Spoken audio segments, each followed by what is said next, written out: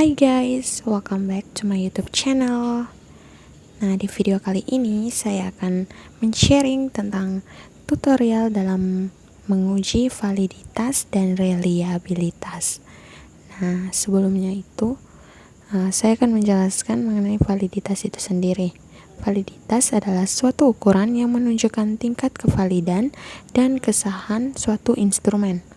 Bisa juga menemukan apakah data-data tersebut sah atau tidak dan dapat menguji kevalidan data itu sendiri. Sedangkan reliabilitas itu menunjuk pada suatu pengertian bahwa sesuatu instrumen dapat dipercaya untuk digunakan sebagai alat pengumpul data karena instrumen tersebut sudah dianggap baik. Reliabilitas juga dapat menguji instrumen itu dapat dipercaya atau tidak. Nah, untuk instrumen sendiri dapat diartikan sebagai alat ukur kuesioner.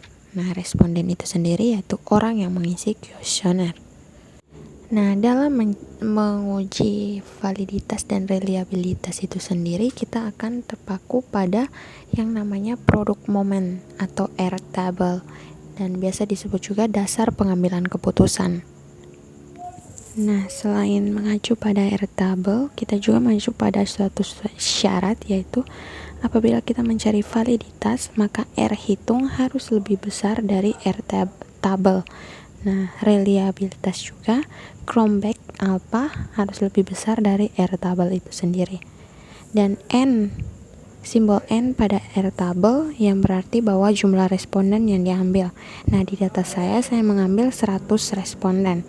Nah, berarti saya harus melebihi atau harus sama dengan 0,195 pada jumlah responden 100. Nah, untuk itu mari kita simak tutorial berikut ini. Selamat menonton. Nah, untuk langkah awalnya sendiri kita membuat kuesioner dengan judul apapun dan memasukkan beberapa pernyataan. Di sini saya membuat 40 pernyataan. Ada poin sangat setuju, setuju, ragu-ragu, tidak setuju, dan sangat tidak setuju. Sangat setuju 5, setuju 4, ragu-ragu 3, tidak setuju 2, dan sangat tidak setuju 1. Dan di sini saya mendapat 105 responden, tapi saya akan membuat dalam 100 responden. Nah, pada pernyataan kita tulis di atas kolom Excel dan di bagian atas lalu ada total score. Untuk nama responden kita beri dengan angka 1 sampai 100. Dan bisa dilihat pada bagian tengah Microsoft Excel ini terdapat banyak angka. Nah, di situ merupakan jawaban dari setiap responden pada kuesioner tadi.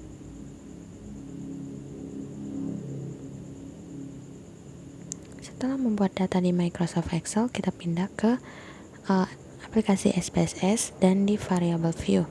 Pada variable view, kita copy pernyataan item 1 hingga item ke 40.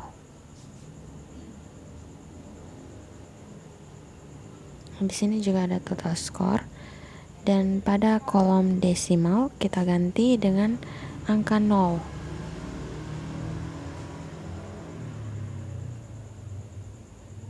Nah, setelah data berhasil diinput pada variable view, kita berpindah pada data view.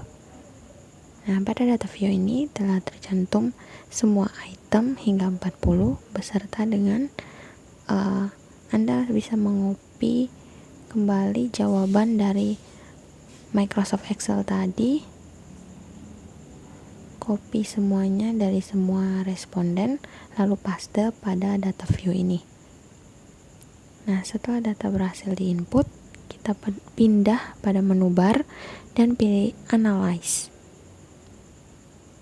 Klik Analyze, pilih Correlate dan Bifurcate. Lalu klik Bifurcate. Nah, muncul seperti ini. Sebelumnya item akan berada pada sebelah kiri dan Anda bisa Ctrl A dan pindah ke sebelah kanan, lalu klik OK. Setelah itu akan muncul hasil output dari correlation atau validitas itu sendiri. Nah, di sini terdapat skor pada ujung bagian kanan. Skor tersebut kita akan mengacu pada Airtable tadi, yaitu 0,195. Nah, di sini data saya ada 0,486 yang berarti bahwa R hitung lebih besar dari Airtable, maka akan muncul tanda bintang. Nah, tanda bintang pada skor total tadi menunjukkan bahwa pernyataan Anda dapat digunakan atau valid dan sah. Jadi data Anda dapat digunakan. Nah, di sini ada beberapa total skor yang mempunyai tanda bintang, yang berarti banyak pernyataan dari saya yang dapat digunakan dan disebarluaskan kepada masyarakat. Setelah itu, dalam mencari reliabilitas, kita pindah lagi ke data view, pilih analyze, dan kita klik scale, lalu pilih reliability analyze. Nah, sebelumnya item-item itu akan ada di sebelah kiri juga, dan Anda pindahkan ke kanan, pilih statistics dan centang scale if item delete, lalu pilih continue dan oke. Nah, di sini akan muncul output dari reliability. Nah, pada kolom case processing summary, di situ ada valid 105 responden dan 100%. Total 105 dan 100%, berarti data saya valid, semuanya masuk. Dan di sini ada reliability statistics Chromback Alpha 0,754. Ini berarti bahwa Chromback Alpha lebih besar dari Airtable tadi.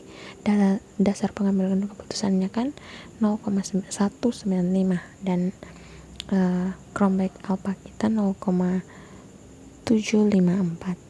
Jadi dapat dikatakan real dan dapat digunakan. Nah, untuk itu sampai sini penjelasan dari saya, tutorial dari saya mengenai uji validitas dan reliabilitas. Sampai bertemu di tutorial-tutorial berikutnya. Bye bye.